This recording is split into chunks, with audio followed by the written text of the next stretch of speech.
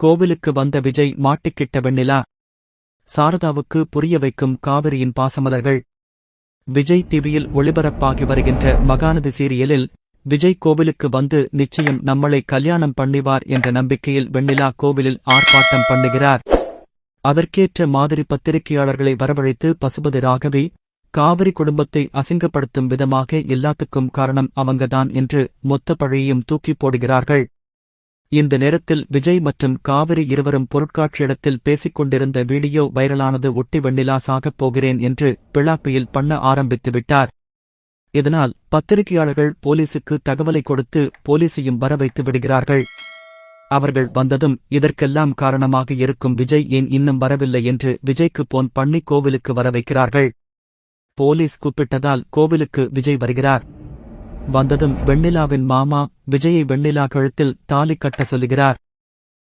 அப்பொழுது விஜய் நடந்து உண்மையை சொல்லும் விதமாக, நான் இந்த பொண்ணை காதலித்தது உண்மைதான். ஆனால் திடீரென்று இந்த பெண் காணாமல் போய்விட்டால். ஆனாலும் நான் 2 வருஷமாக இந்த பெண்ணை தேடி அலைந்து பார்த்தேன்.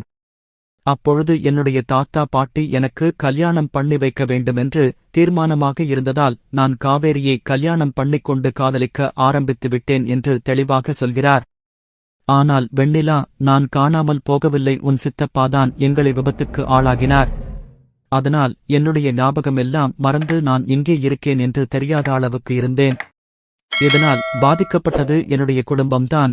உங்க சித்தப்பாதான் என்னுடைய குடும்பத்தை காலி பண்ணினார் என்று சொல்லிய நிலையில் அப்படியே இந்த கேஸ் அஜயின் அப்பா பக்கம் திரும்பிவிட்டது.